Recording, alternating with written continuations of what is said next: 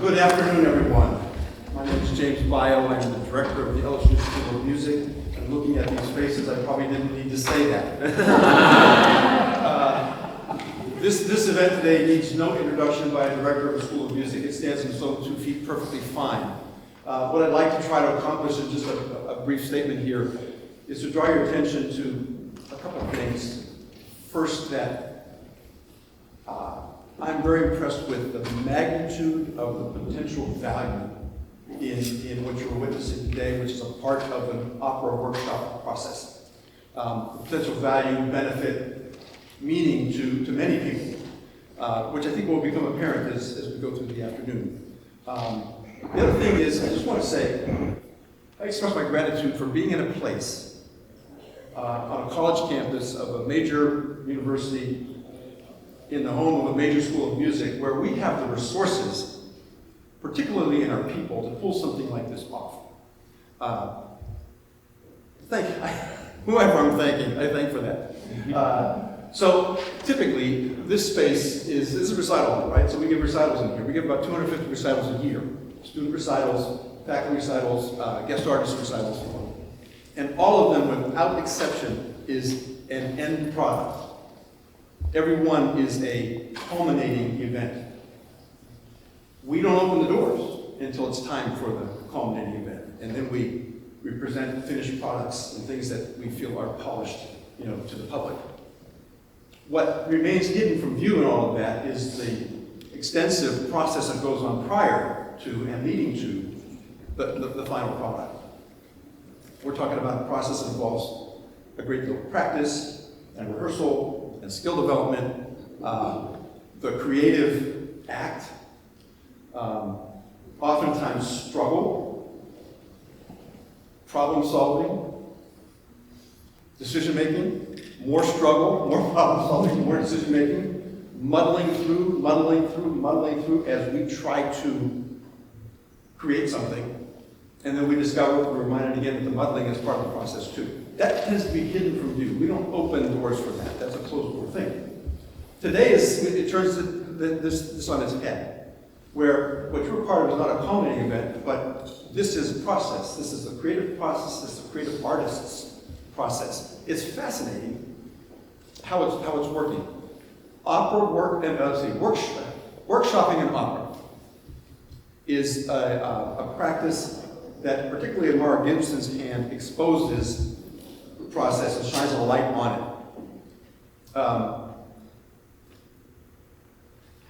What we have here is in Mara and Anne and Doug McDonough and all of our student musicians and the colleagues across our college, across the campus who are collaborators in this whole thing. They're all trying 2 scenes of this opera on for size. How's it fit?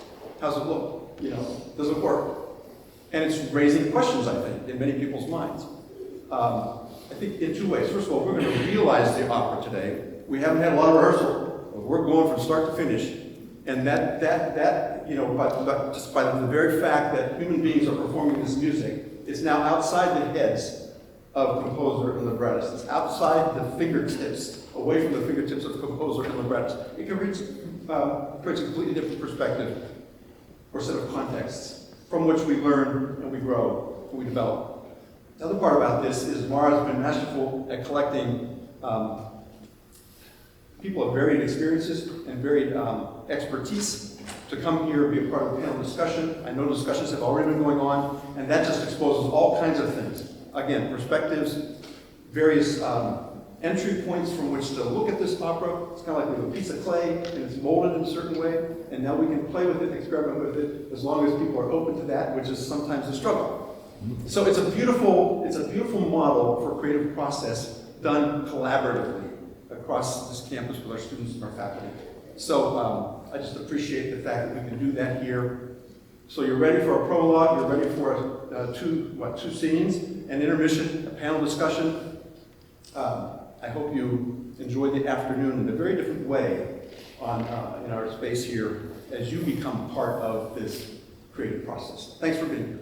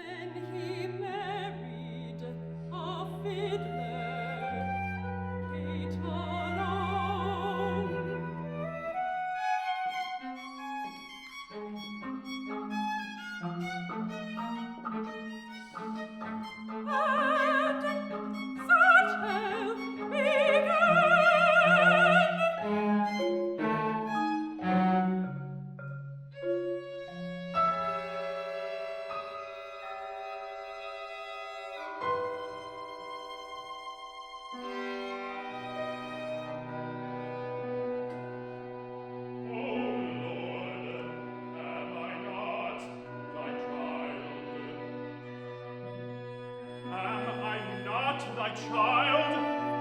Lord, be merciful to me, a sinner. His curly black hair, eyes of blue, the handsomest man I ever saw. I was 50. Am I not the voice of the Spirit?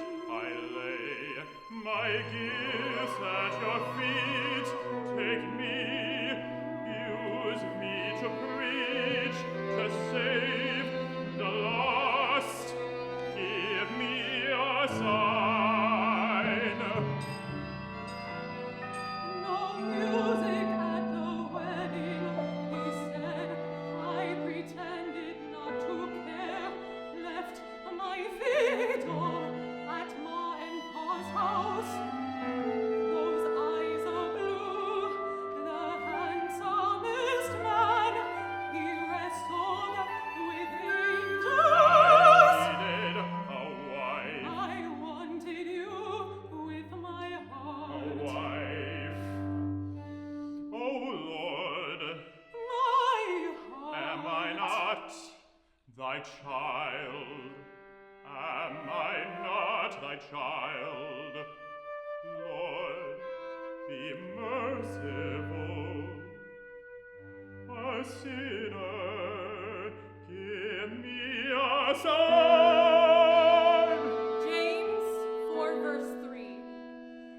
Ye ask and receive not, because ye ask amiss.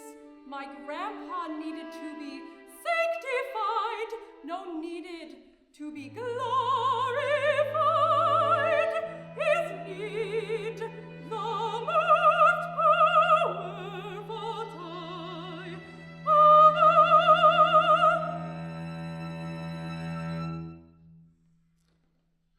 How far from the earth he soars. His charm is his oddity.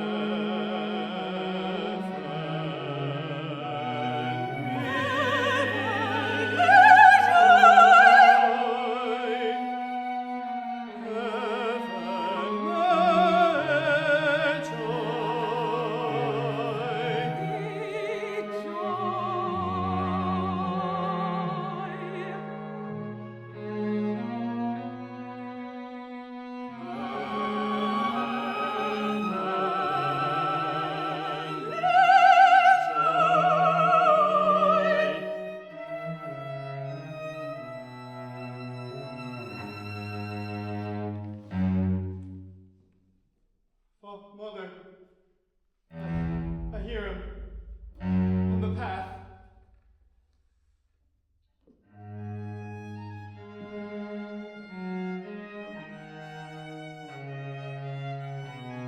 Lord, be merciful. Give me a sign.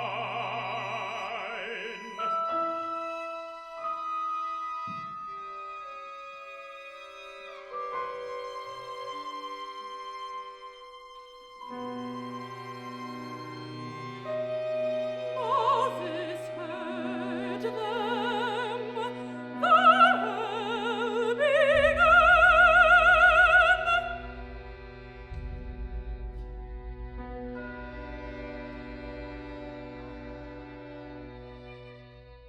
He broke the fiddles and beat the whole family, even his good wife Kate. Goodbye.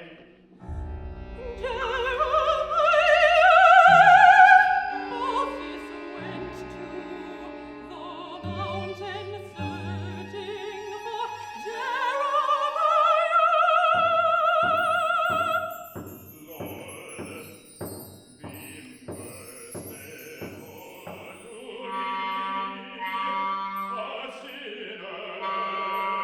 Give me a sign. Give him a sign.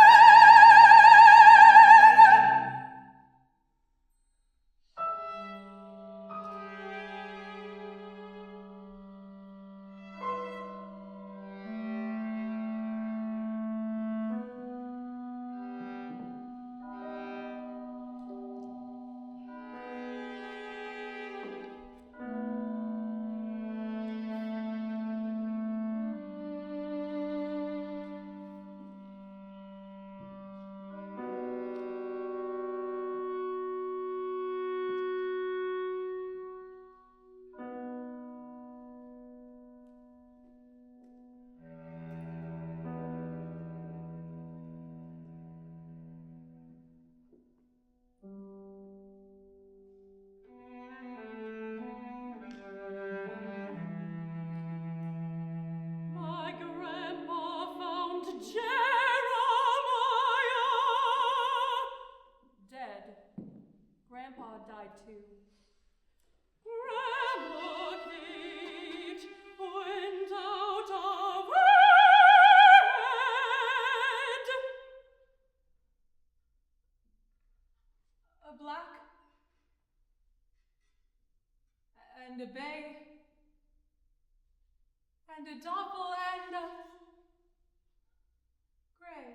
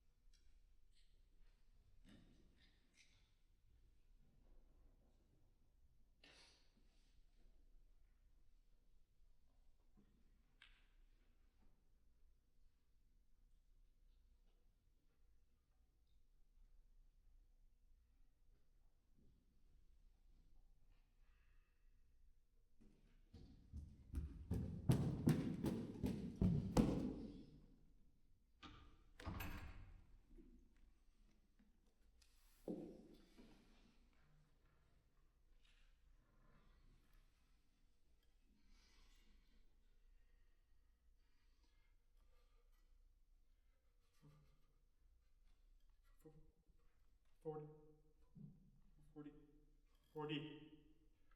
days and 40 days, 40 days and 40 nights.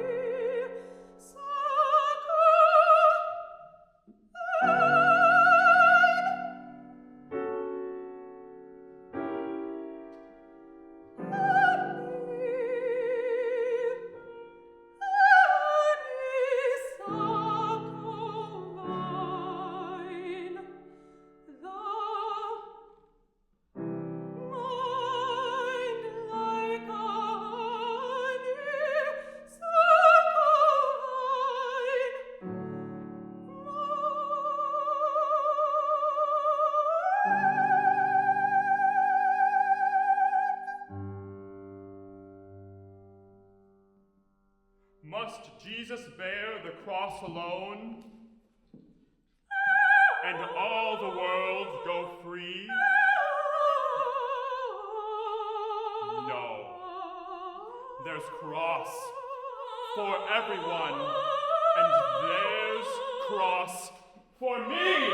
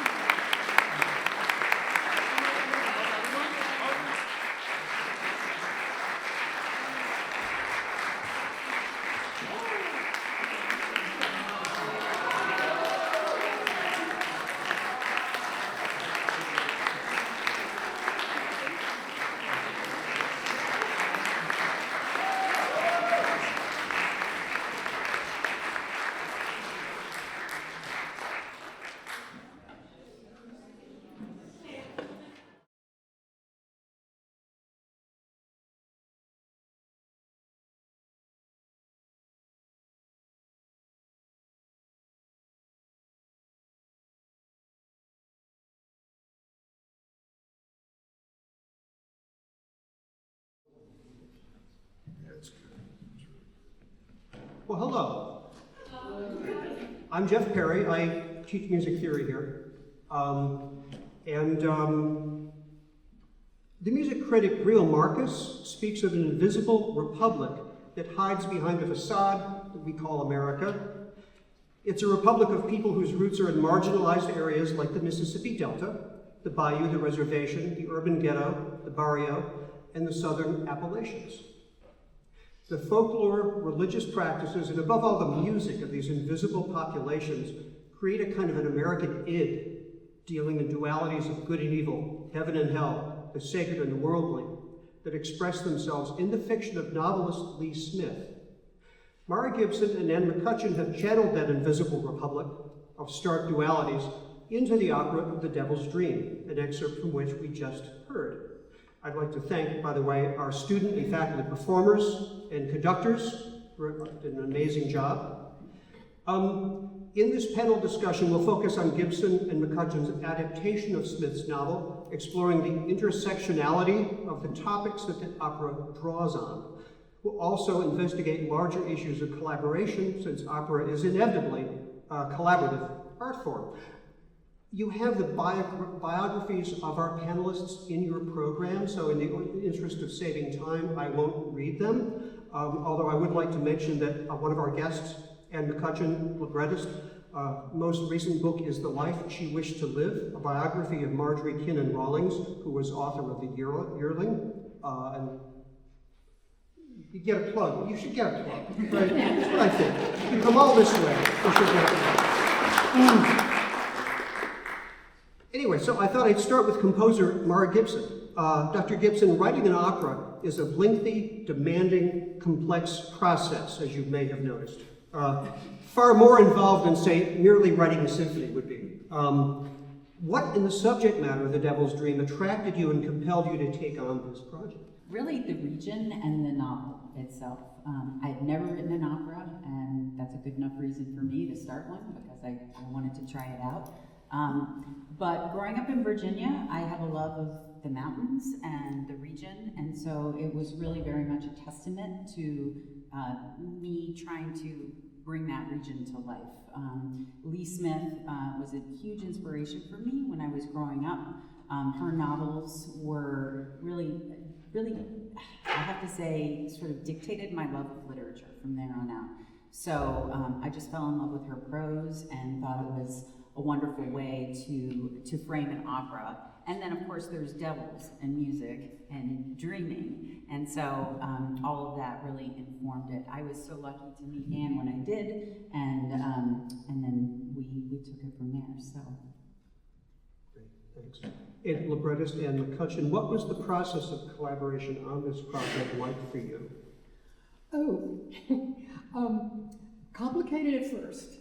The novel, Devil's Dream is a novel of 7 generations and 40-something characters. And we don't have time for the ring cycle times 3, right? So I had to find, for Mara, a part of that novel that could show us a dramatic arc of some kind. The characters, their progression, and end with something, opportunities, contain and then end with opportunities for Appalachian sorts of music. And so we began in the 1880s with this, Bible-thumping patriarch and a fiddle-loving wife, and the clash between them, and we end up with the Bristol sessions. Everybody knows what those are. There's also the constraints included 5 singers, max, and so how many roles can 5 singers cover in 6 scenes? So what characters we have? And so we ended up with 10 characters, right? We had 9, and then we needed another guy, but it worked out. So those practical considerations for a chamber opera were in front of me. So that, for me, that was the spade work at the beginning to be able to give Mara a dramatic arc, and actually 2 dramatic arcs. The narrator has one herself, and then send her a scene and discuss and go from there. So from there, am I talking too long? We're like a month's of work here. Well, nearly a year. It was back and forth between us. I would send scaffolding, let's call it scaffolding, for one scene, and Mara would compose, and we're back and forth with the music and the words and making adjustments here and there, and it continues. So I'll just kind of leave it at that. People can ask questions if they like. I thought I'd ask Joseph Gibbons, author Lee Smith is known to explore the tension between folk beliefs and more orthodox, urban types of Christianity. How is this tension unique in the Appalachian setting described in The Devil's Dream? Yes, thanks for the question. This is really the fun of this kind of content. Often in high school and when we move on to college, you change from one period to the other. You flip the page to the chapter on modernism, and the world's changed. But in reality, change moves faster in some places than others. And it moves very slow in places where the geography makes it difficult to change. And this is true in Appalachia. And you know, what's fun is that when we read these books or experience these operas, you see how this plays out in someone's household, right? Where, you know, this kind of civilized, macrocosmic view of Christianity that's afterlife focused starts to blend in with this, you know, kind of occult, esoteric perspective where signs reveal themselves in the mountains and in the woods, and instruments start to channel the voice of the devil. These aren't orthodox beliefs, right? You know, not even Christian beliefs, but these, you know, and that lore that is in this story is true. People really believe this, you know, and even to this day in some places. The church I grew up in, I couldn't go to prom because it was like dancing and music was weird where I'm from, or dangerous, you know. And so these beliefs, this kind of occult and esoteric belief from, you know, the uncivilized, maybe primitive perspective, and this kind of orthodox Christianity starts to blend, and the boundaries start to shift. And in those spaces, these gray areas are so fascinating. And I love artists and writers that explore them. And next to you is my colleague Brett Botwell. And Brett, I know you're interested in early country music and its relationship to early folk processes and tensions between the secular and the spiritual in country and mountain music. How does The Devil's Dreams multi-generational drama express those tensions?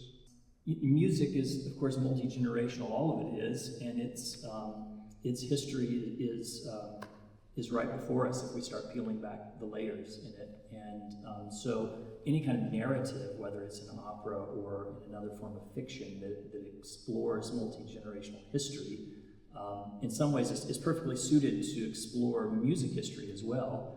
Because when we peel back those layers within, whether it's the early recordings of the Carter family in 27 Bristol, or even looking at the history of a fiddle tune as it gets passed down and transformed from the British Isles through North America and the Appalachians, and then becomes something else in old time or bluegrass music.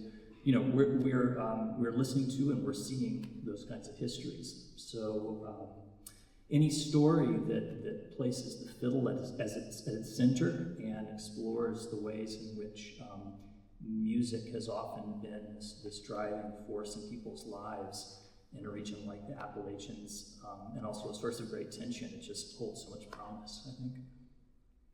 I agree. Absolutely. Yeah. And Vince Licata is not just a professor of biological sciences, he's also an actor and playwright. So as someone who's written historical, creative nonfiction plays, how does this one fit into that genre? It's an interesting fit. First, before I answer that, I want to say how much I love the music. I mean, and it's not my area of expertise in any way, shape, or form, but I absolutely loved it. And the interplay between the strings and the percussion was just really, really moving. But the challenge you guys have given yourselves to take a true historical story that has been adapted into a fictional story and then take the fictional story and put it on stage is amazing.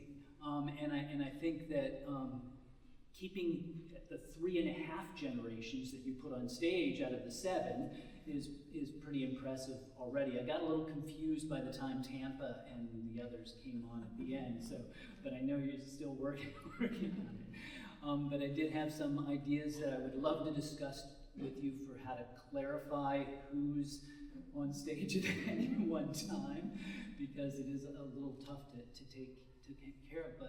But I love the way that Lizzie connects them all, and the two narratives, Lizzie's narrative and the narrative of the music through the family. You know, both are very strong in there to me, and that's the kind of things I look for in my work, because I'm trying to communicate complex things too. Can the audience follow it? And I think the audience can follow both narratives here, which is really, really wonderful and clear. There are a couple of places where it does get a little confusing, but I know that's something you're going to be working on as well. With trying May to I speak to that? Say it again. Please Can we do. do Please this? do. So in the novel, only one person speaks for himself or herself, and that is Lizzie. Lizzie speaks from the first person and tells the reader about her life, from a little child up until the time, and past the time, she gets the hell out of Dodge, she goes overseas and becomes a nurse.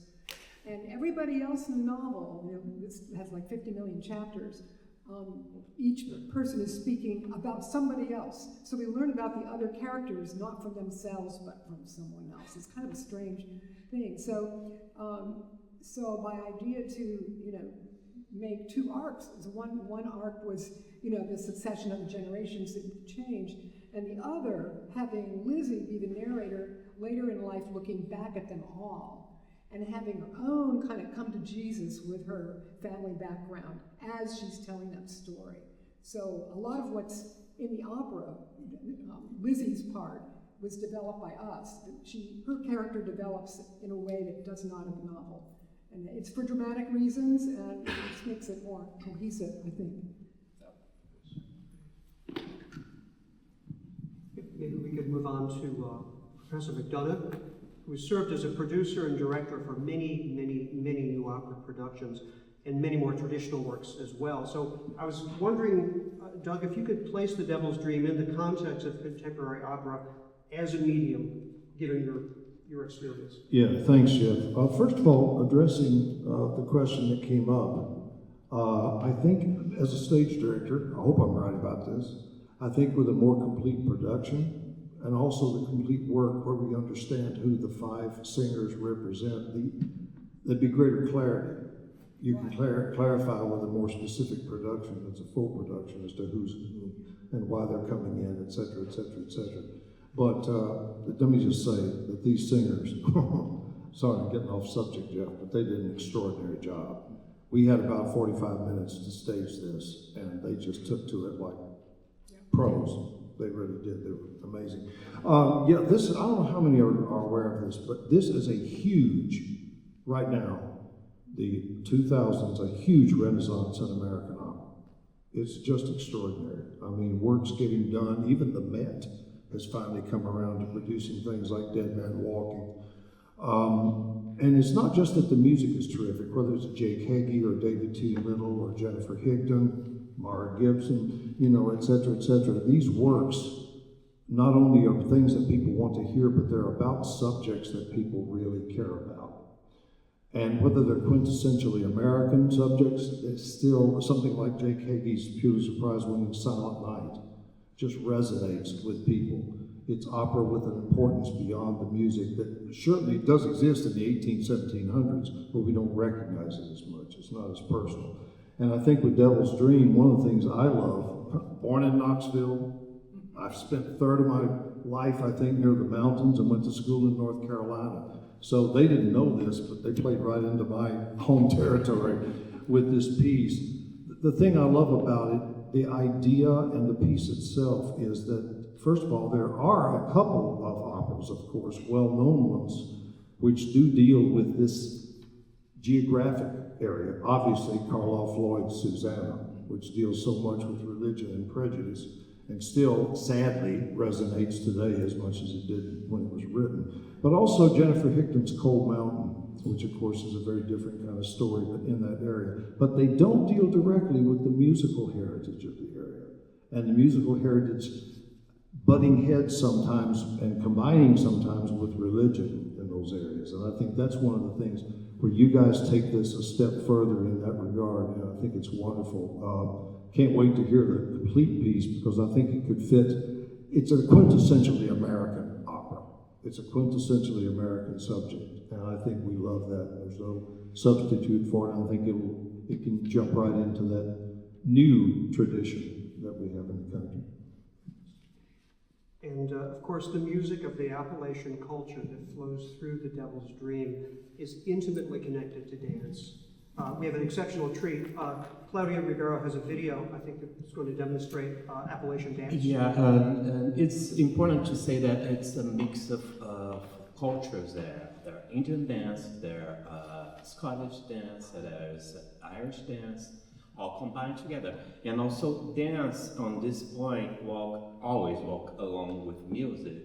And at that time, it was not really a place for religious people to be in, to dance those dances. I would say there was a buck dancing, there was flat-footing dancing, wing dancing. Buck dance and wing dance became what actually is the stage tap dancing nowadays. It's important feature of the history, and also there were a square dances, a group dance, so bucking dance, those are step dances, dancing for individuals. And the group dances, the square dances for four couples, and the contra dance that became off of a square dance with influences of a French quadrille came from and became a little more democratic, I would say, which there's a lead couple on it, and the Devil's Dream dancing actually is a contra dance, and the lead dancer moved to the back, and the next leader comes in and dances. And one particular interesting thing that I found is the calling dance, the people that call the dance. When it came from Europe, it didn't have that, so you have to memorize all the steps, counting and everything as dance require. But what happened is the African American fiddlers used to play for schools. We used to dance in schools for the nested dancers, and also for parties around. And they start to learn the figures of the dance. So at some point in history, they started calling it because people would mess it up and forget, and they would start to call it the dances. And the way they call it is pretty much a singing way. I thought it was interesting. And again, the dance, it wasn't because there was a touch, and at some point those contra dances become, now you're switching a couple. So I'm not dancing just with her, now I'm moving to Mara. So that's the scene, that's the evil, you can't do that. So I reserved a little bit of, let's see if this works.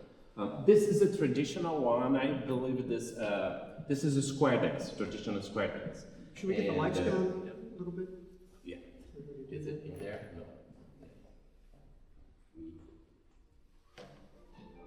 Sorry, let me fix this. Sound.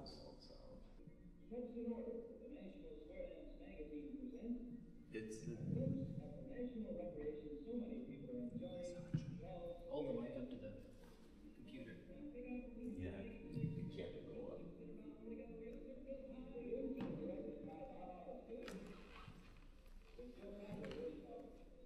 Yeah, it's that's here. It's going on the projector.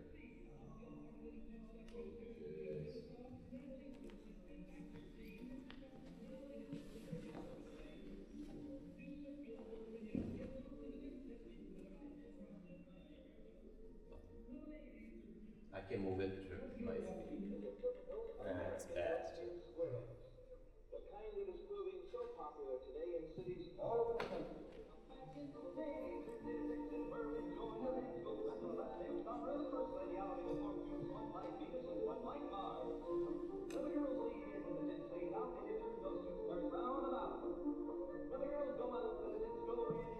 And this is what sets apart for the traditional European country, because this one is where the dance callings, it's calling. This one is pretty much rehearsed. But there is another one, the Devil's Dance. It's a contra dance. This one is the Virginia Hill. Let me pause this. and show you the Virginia. Unfortunately, I could not find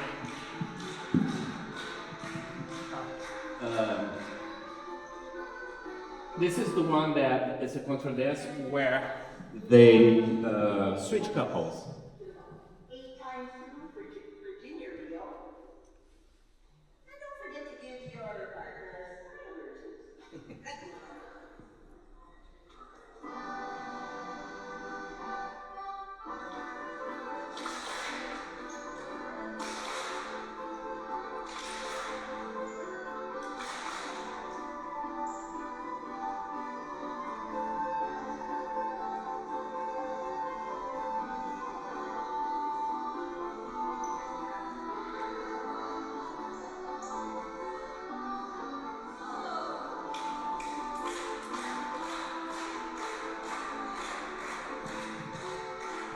And they go around and switch the couple. So now is the next leader coming in.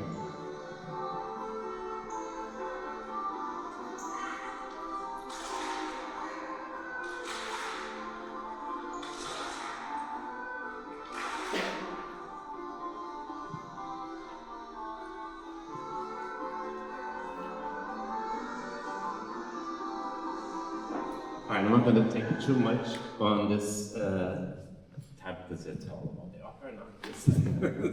I could speak about this the whole day because it became something that was really interesting for me. There's one other one I want to show you how he called you. It's a square dance. I have the devil's ring, but it's a figure. Actually, let me show you the devil's dream because it's not a dance, it's just dream. Traditional. One's lead down center, turn, return as it's an explanation of the dance. The actually devil's dream dance. Neighbor handy hand turn half. One's move down outside, turn, return as twos move up center, turn, return.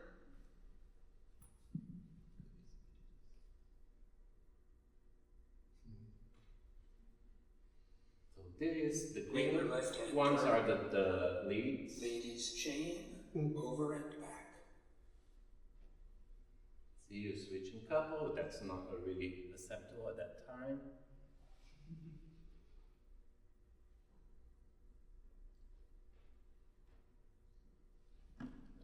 Promenade across the set.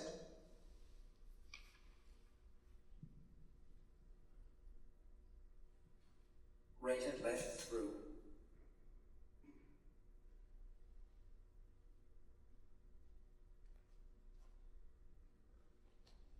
And now one's lead down center, turn, the leader's return, take, and the red becomes the leader. Turn, return. Neighbor And then hand, it goes on and on and on and on all night. So the point here is I saw during the play, I saw a few things like, oh, there could be a flat-footed dance here when he comes in.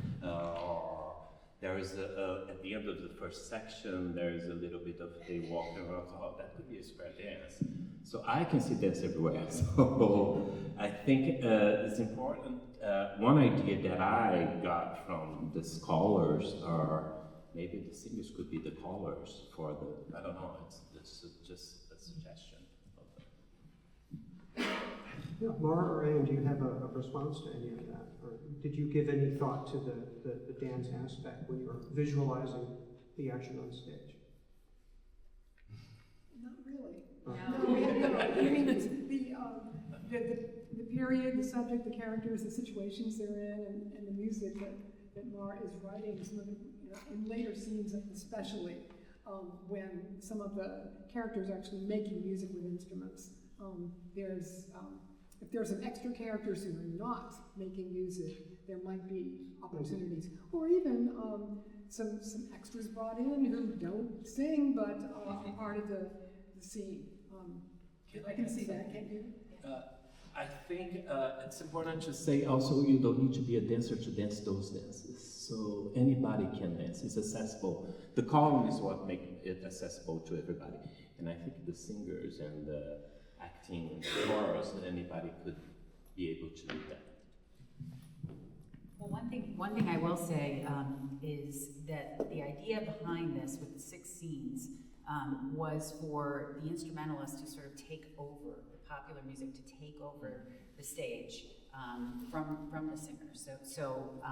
So that action in and of itself of the players and the performers is so integral. Hadn't thought about dance too much, but like Anne said, I think it could certainly be in scenes 5 and 6 during the Bristol sessions when there's really just like a whole band on stage and the band is the singers. So I could certainly see that working. Yeah. Good suggestion.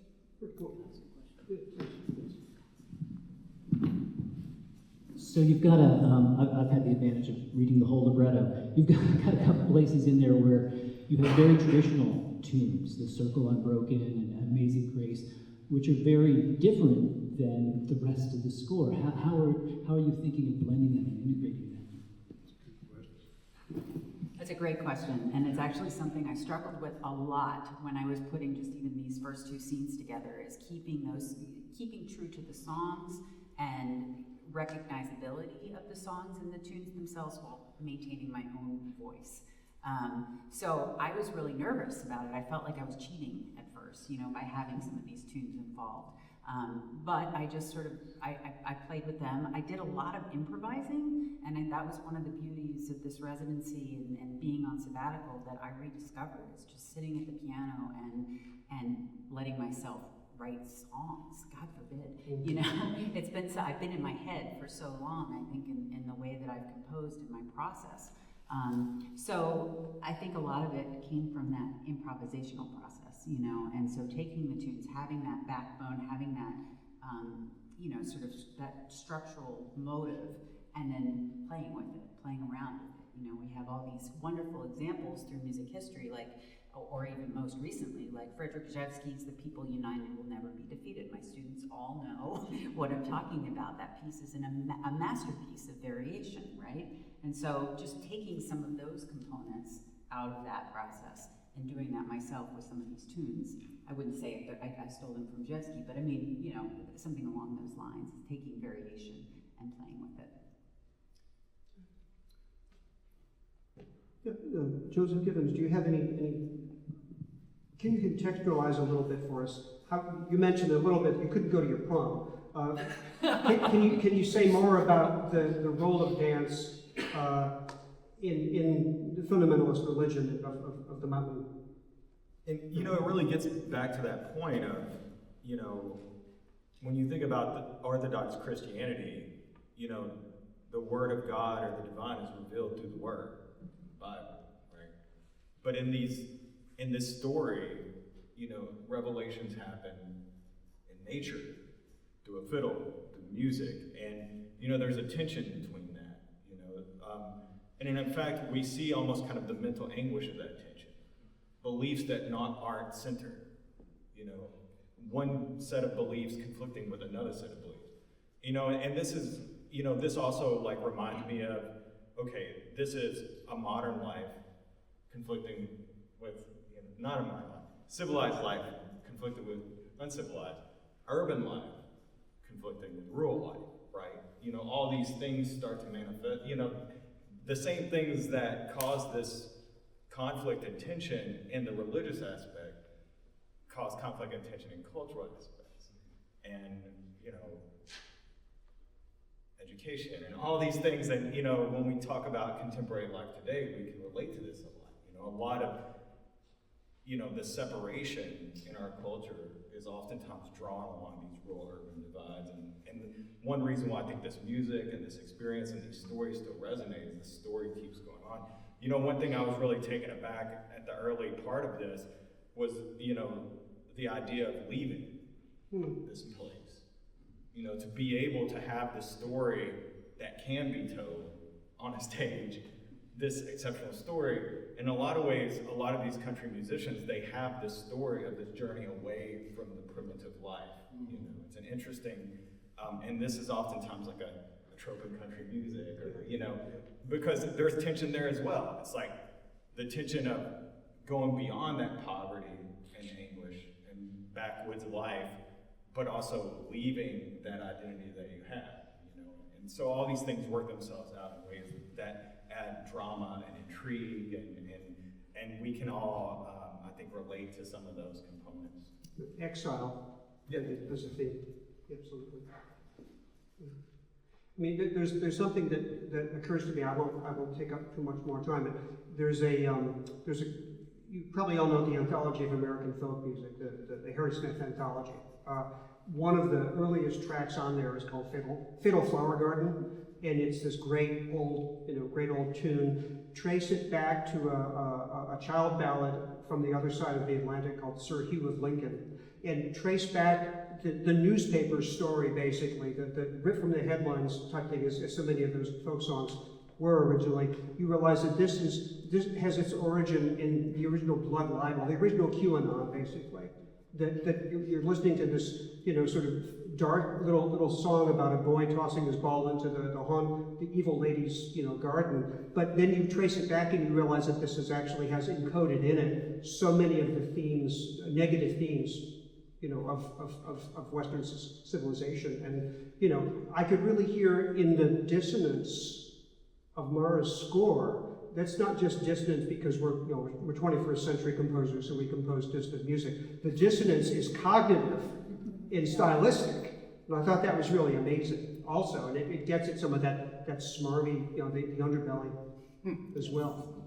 And, I have to use this opportunity to talk about art since, we're all familiar with Goya, right? Or hopefully we are. If we're not, we can easily familiarize ourselves with them. One of Goya's most famous is this image of witches dancing around a fire with a he-goat, a Satan in the middle. It is a painting of the devil's dance. Right. And that kind of visual and this gendered visual of women and music colluding with Satan is, that's in that image. It was in that folk experience way back across the ocean, and it comes through here and it survives in Appalachian culture, even survives to this day in some of these narratives, which I think is fascinating. Any other comments or observations from our panelists? Anything you want to ask each other or say to each other? Maybe I'll go ahead. Sure, I'll maybe ask a question of tomorrow about just music. I loved your comments. I loved your comments earlier about improvising the piano. I mean, I heard obviously in the fragments of Amazing Grace, the pentatonicism and gapped scales. They're so much a part of those old hymns.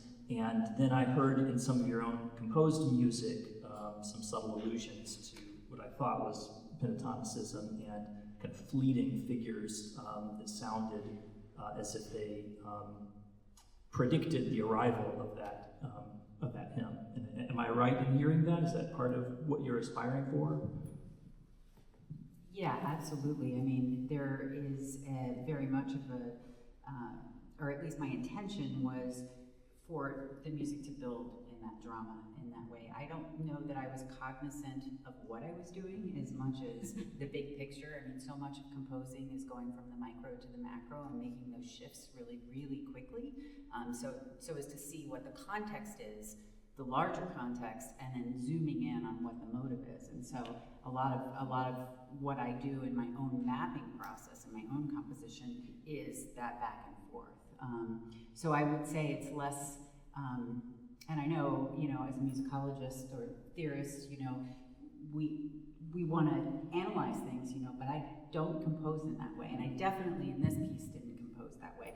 I would say much more of the process was between Anne and I, and figuring out what story we wanted to tell and how we wanted to shape that.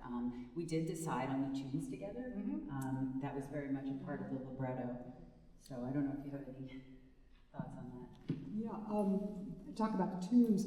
We did talk about tunes early on, and then as I wrote the libretto, I thought, here's an opportunity for this kind of, like the circle being broken, that was used in the place where the idea of, this is toward the end, where we haven't heard this. We haven't heard that yet. Yeah, this will be true yet. Where Lizzie asks that she's coming to grips with her family. Everybody's coming to grips with that family. And what about that circle, which is terribly broken? and can it become unbroken? So as I went along, I would think, here's an idea, is it in a song? And in another scene, for example, two characters go to town and their wagon breaks down. So, and they play on the courthouse steps and they make some money and they can repair their wagon. So I'm searching around for a song that might work there, and Wait for the Wagon is an old song. Let's use that, or some lines from it, or a loop to the harmonies, or whatever Mara wants to do. So that's that kind of thinking went in. I'm a musician as well. I'm a former member of the Austin Lyric Opera Orchestra. So these musical ideas can come to me, and I can send them over to Mara and go, yes, no, let's do this instead. It's anyway. Hope that helps. Yeah.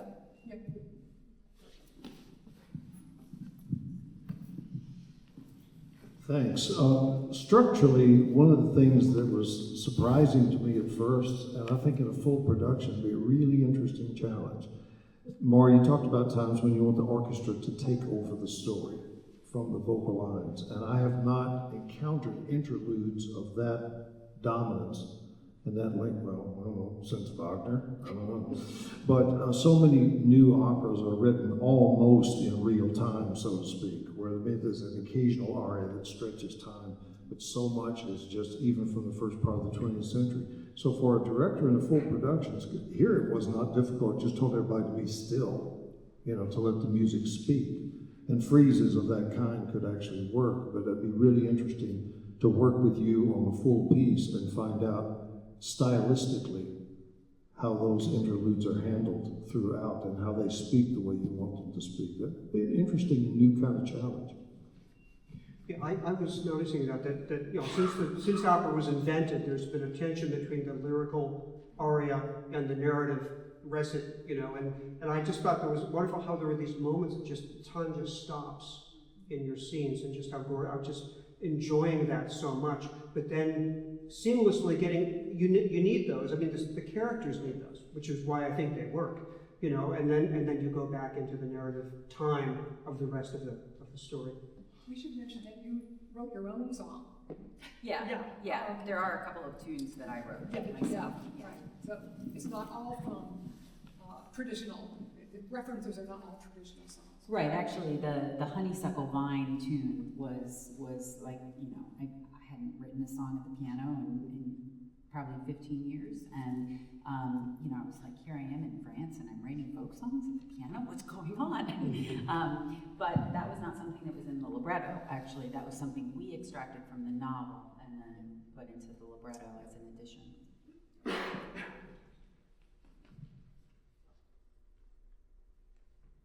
Should we wrap it up? I think we've put a nice bow on the event. Well, thanks very much to our panelists. Oh, thanks to our videographer also, Nathan Velasquez. And thank you all for coming. And we'll see you back here for the grand premiere of the full staged version, hopefully quite soon. 2025, hopefully. 2025. Thanks very much.